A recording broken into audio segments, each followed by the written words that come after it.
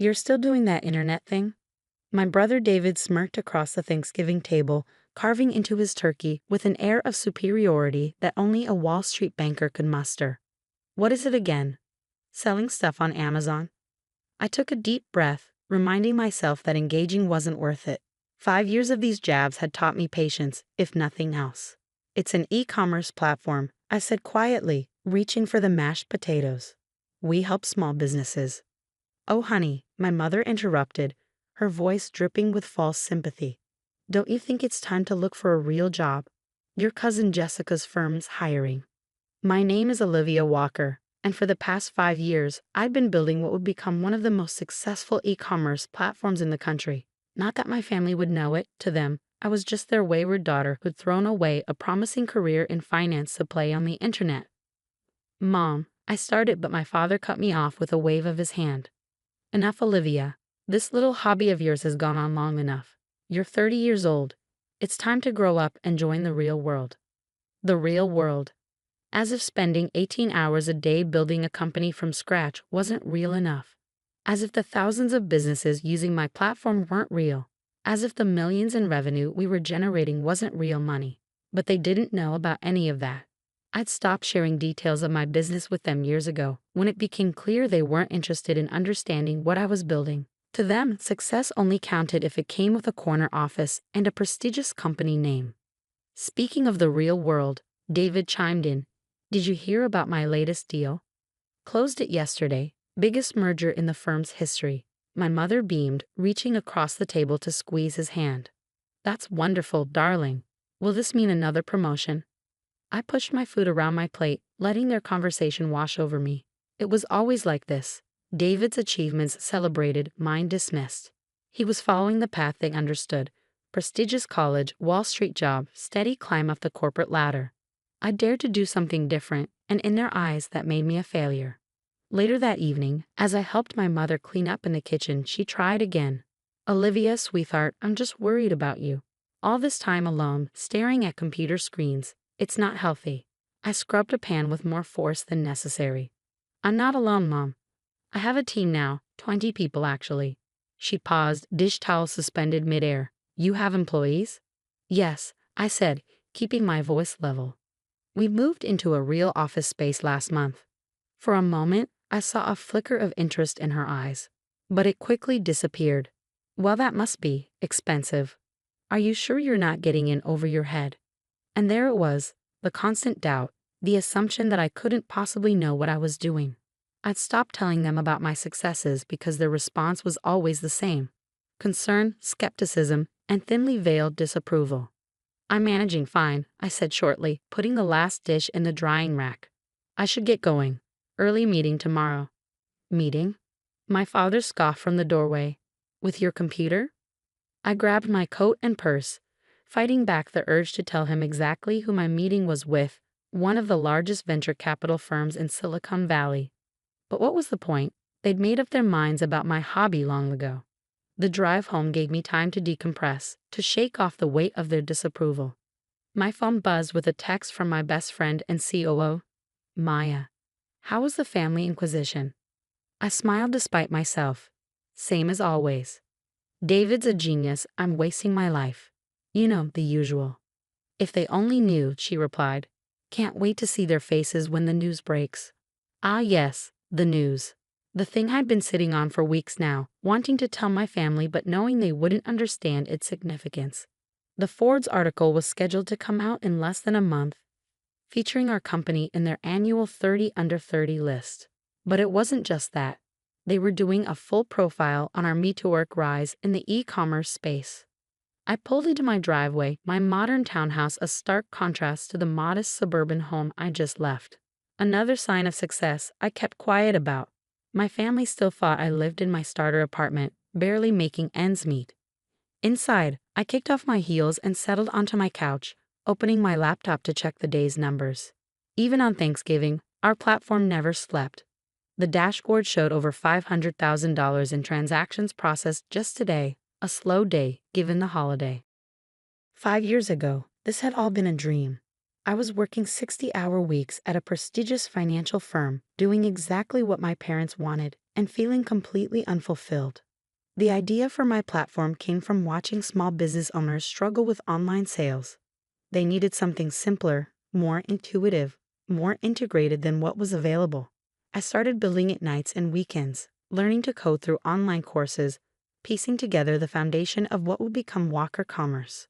When I quit my job to pursue it full-time, my family thought I was having a mental breakdown. She's throwing away everything she's worked for, I overheard my mother telling her friends. And for what? Some website. Those early days were brutal. Living on savings, working from my tiny apartment, dealing with endless technical challenges and skeptical potential clients. But slowly, steadily, it started to work. Small businesses signed up. The platform grew. Revenue started trickling in. I hired Maya first, my old college roommate who'd been quietly cheering me on from the beginning. She left her corporate job to join me, believing in my vision when even I had doubts. Together, we refined the platform, expanded our services, and started building a real company. My phone buzzed again. An email from our lead developer about a new feature launch. I responded quickly, then noticed another message from our PR team about the upcoming Forbes piece. They wanted to schedule a photo shoot next week. A photo shoot for Forbes magazine. Sometimes it still felt surreal. The next morning, I was in our office early as usual. The space was modern and open, with exposed brick walls and huge windows. A far cry from the corporate cubicles my family thought represented success. Our team would be in later, but I liked these quiet moments to focus on strategy. "You're here early," Maya said, walking in with 2 cups of coffee. She handed me one, settling into the chair across from my desk. Still recovering from family fun. I took a grateful sip, just the usual drama. Dad asked if I was still doing that internet thing. Maya rolled her eyes. As opposed to what he's doing, running the same insurance agency his father started 50 years ago. "Hey," I protested weakly, "that's a real business." "Right," she laughed, "because helping thousands of small businesses succeed isn't real enough." She had a point. Our platform had processed over $100 million in transactions last month alone. We'd helped countless small businesses survive and thrive during the pandemic by giving them easy access to online sales. Our latest valuation put us at just over $500 million. But try explaining that to people who thought success meant wearing a suit and sitting in meetings all day. The Forbes piece comes out in 3 weeks, Maya reminded me. Have you decided how you're going to tell them? I sighed, leaning back in my chair. I was thinking of just letting them find out when it publishes. Is that petty? After 5 years of them dismissing everything you've built? No, it's not petty. It's karma. Our conversation was interrupted by the arrival of our development team, eager to show us the latest platform updates. Soon the office was buzzing with activity. Designers collaborating on user interface improvements, customer service reps helping clients optimize their stores, marketing team members planning our next campaign. This was my real world. A thriving company built from nothing but an idea and relentless determination. Every person here believed in what we were doing, understood the vision I had from the beginning. Unlike my family, they didn't need to see my name in Forbes to know we were building something extraordinary. Later that afternoon, I had a video call with our newest board member, a veteran tech entrepreneur who'd invested in our latest funding round. "The numbers look fantastic," he said, reviewing our monthly report. "You've built something remarkable here, Olivia. Not many founders can scale this fast while maintaining such strong fundamentals." I smiled, remembering my father's dismissive comments about my little hobby. "Thank you," I said. "We're just getting started." Indeed, the Forbes piece should help with visibility. Have you thought about how this might change things? I had thought about it, probably more than I should have. The article wouldn't just announce our inclusion in the 30 under 30 list. It would detail our growth, our valuation, our impact on the e-commerce landscape. It would make public everything I kept quiet about for years. "I'm prepared for the attention," I assured him. "We've got a solid PR strategy in place." What I didn't say was that I was more concerned about my family's reaction than any public scrutiny. How would they handle learning that their failing daughter had built a $500 million company right under their noses? That evening, as I worked late in my office, my mother called. I almost let it go to voicemail, but guilt won out. "Hi, Mom." "Olivia, honey, I've been thinking about what we discussed yesterday, she began, her voice taking on that careful tone she used when she thought she was being helpful. Jessica's firm really would be perfect for you. They even offer great benefits. I pinched the bridge of my nose, staring at the multiple monitors on my desk displaying our platform's real-time analytics. Over 10,000 transactions have been processed just in the time since she'd started talking. Mom, I appreciate the thought, but I'm not looking for a job. My business is doing well. But is it stable? Do you have health insurance? A retirement plan? These are important things, Olivia. I thought about our comprehensive benefits package, the equity all our employees received, the 401 matching we'd implemented last year. But explaining any of that would just lead to more questions I wasn't ready to answer. I'm fine, Mom. Really. She sighed, that heavy, disappointed sound I'd grown so used to. I just don't understand why you won't consider other options. Your brother. I have to go, I interrupted. I have a call with our West Coast team. After hanging up, I sat in silence for a moment, looking around my office. The wall opposite my desk displayed our company values in bold letters: innovation, integrity, impact. Below them hung framed articles from various tech publications praising our platform's innovations. None of them meant anything to my family. They weren't from the Wall Street Journal or Financial Times, so they didn't count. Maya stuck her head in, waving a tablet. Final approval needed on the Forbes photo shoot location. They want to do it here in the office. Thoughts? I nodded. Makes sense.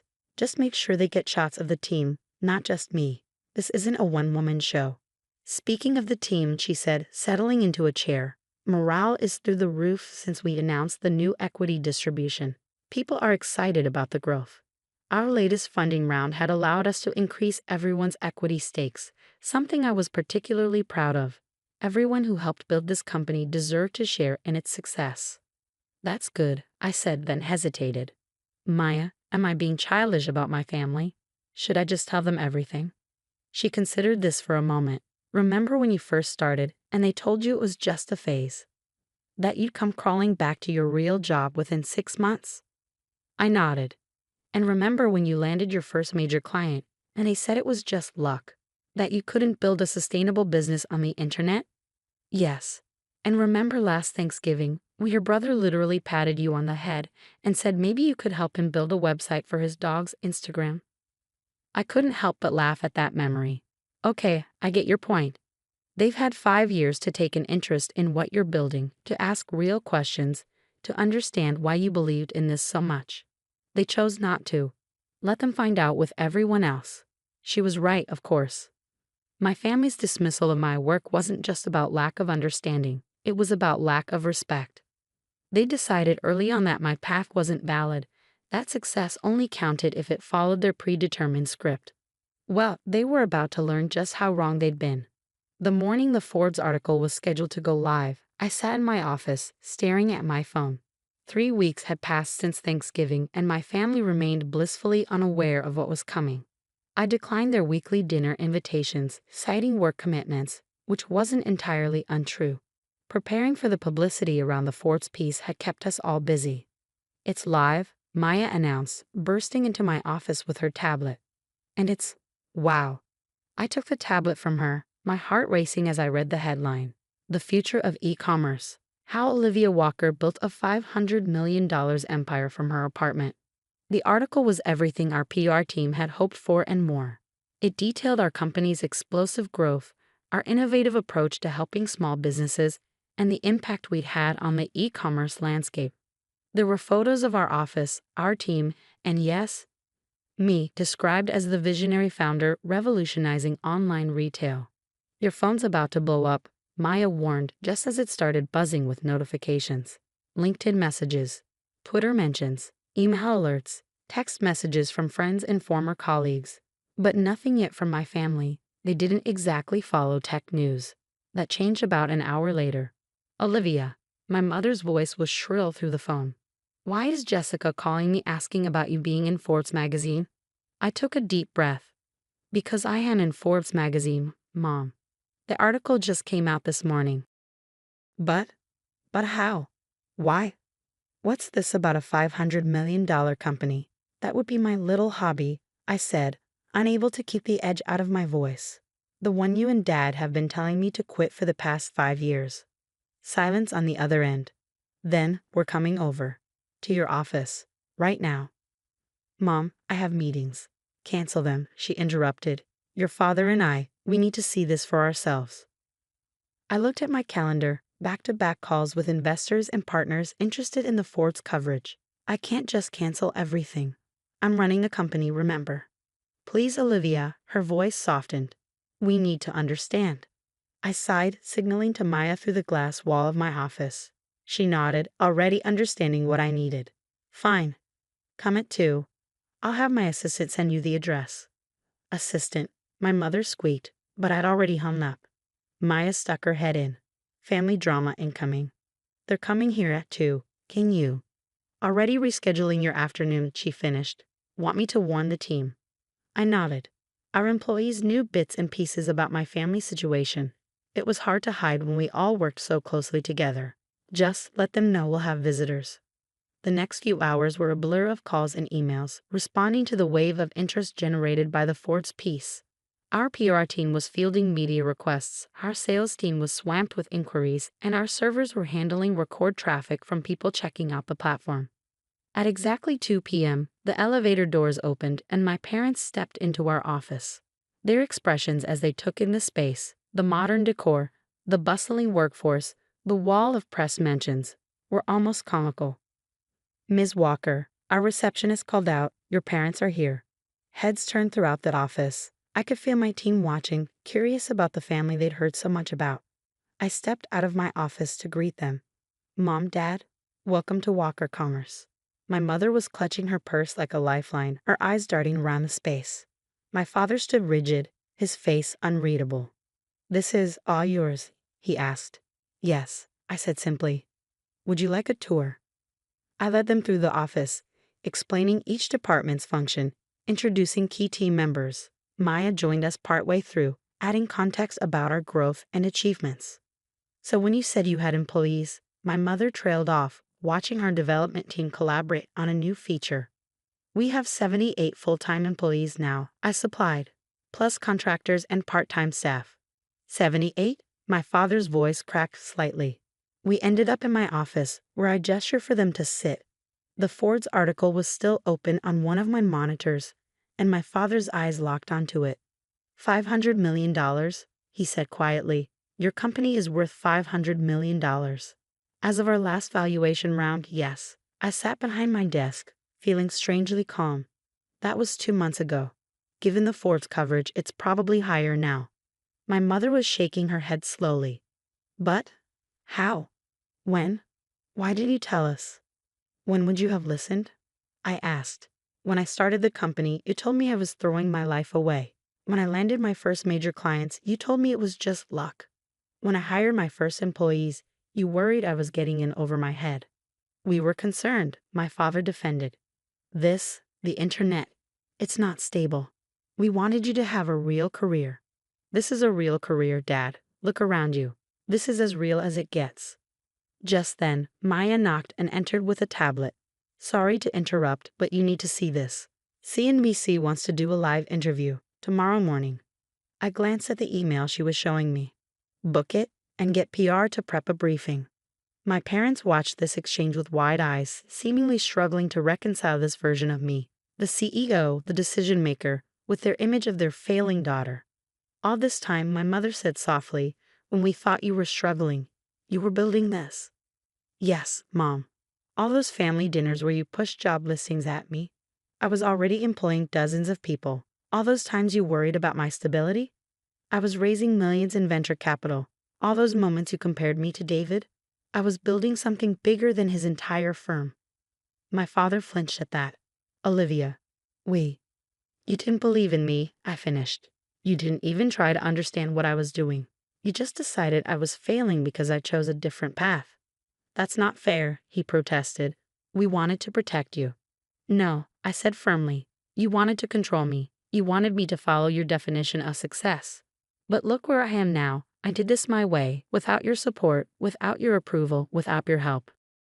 My mother was crying silently now, dabbing at her eyes with a tissue. My father looked lost, his usual confidence shattered. I think, he said slowly, we owe you an apology. Several, actually, Maya muttered from the doorway. I shot her a look, but couldn't help smiling. Why didn't you tell us? My mother asked again. About any of this. I leaned back in my chair, considering the question. Would it have changed anything? Would you have suddenly understood what I was building? Would you have stopped pushing me to get a real job? They exchanged glances, unable to answer. That's what I thought, I said. I stopped telling you about my successes because you'd already decided I was failing. Nothing I said would have changed your minds until something like this. I gestured to the Forbes article, forced you to see the truth. Just then, my phone buzzed with another notification. I have a call with Singapore in 5 minutes, I said, standing. Maya can show you out. Singapore. My father repeated weakly. We're expanding into Asian markets, I explained. The call's with our new regional partners. My mother stood, clutching her purse. Olivia, please, can we have dinner tonight? As a family? We need to talk about all this. I looked at them, really looked at them. My father, who'd spent years telling me I was wasting my potential. My mother, who'd worried I was throwing my life away. They looked smaller somehow, their certainty about the world and their place in it shaken. I can't tonight, I said. We're having a company celebration for the Forbes piece. But maybe this weekend. They nodded, accepting this small concession. As they turned to leave, my father paused at the door. We were wrong, he said quietly. About everything. I hope you can forgive us. After they left, Maya returned to my office. Well, that was intense. I laughed, but it came out shaky. 5 years of dismissal and doubt, ended by one magazine article.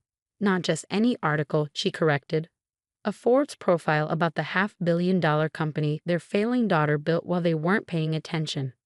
That evening, at the company celebration, I looked around at my real family, the team that had believed in me, worked with me, helped build this dream into reality. We'd done this together, proving that success doesn't always look like what others expect it to. My phone buzzed with a text from David. Just saw the Forbes piece. Holy shit, sis. Why didn't you say anything? I smiled, typing back. You mean about my little internet hobby? The next few weeks were a whirlwind of media appearances, speaking engagements, and endless congratulatory messages. My parents attended every interview they could find, sitting in the audience with expressions somewhere between pride and embarrassment. At the first family dinner after the Forbes reveal, the dynamic was completely different. Gone were the job suggestions and worried looks. Instead, they asked real questions about the business, actually listening to my answers. I still can't believe it, my mother said, passing the salad. All this time when you thought I was failing. I finished. Maybe that's the lesson here. Success doesn't always look the way you expect it to. David, who'd flown in specially for the dinner, shook his head. I feel like such an idiot. All those times I made fun of your website. You were an idiot, I agreed cheerfully. But at least you admit it now. My father cleared his throat. Olivia, I've been thinking. The agency, maybe it's time we looked at modernizing our systems. If you think your platform could help. I smiled, remembering all the times he dismissed online business as a fad. I'll have my team reach out to you next week. We have a great solution for insurance agencies. The irony wasn't lost on any of us. The daughter they thought was failing was now in a position to help modernize the family business.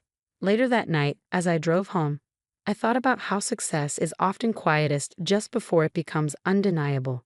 For years, I'd worked in relative obscurity, building something my family couldn't understand or appreciate. But I believed in my vision, even when no one else did. My phone buzzed with a message from Maya. CNBC tomorrow morning. Ready to shock more people who underestimated you? I smiled, thinking about all the other dreamers out there, facing their own doubting families, their own uphill battles. Maybe my story would help them hold onto their vision, even when everyone else called it a hobby. Because sometimes the biggest success stories start with someone saying, "You'll never make it," and one person deciding to prove them wrong.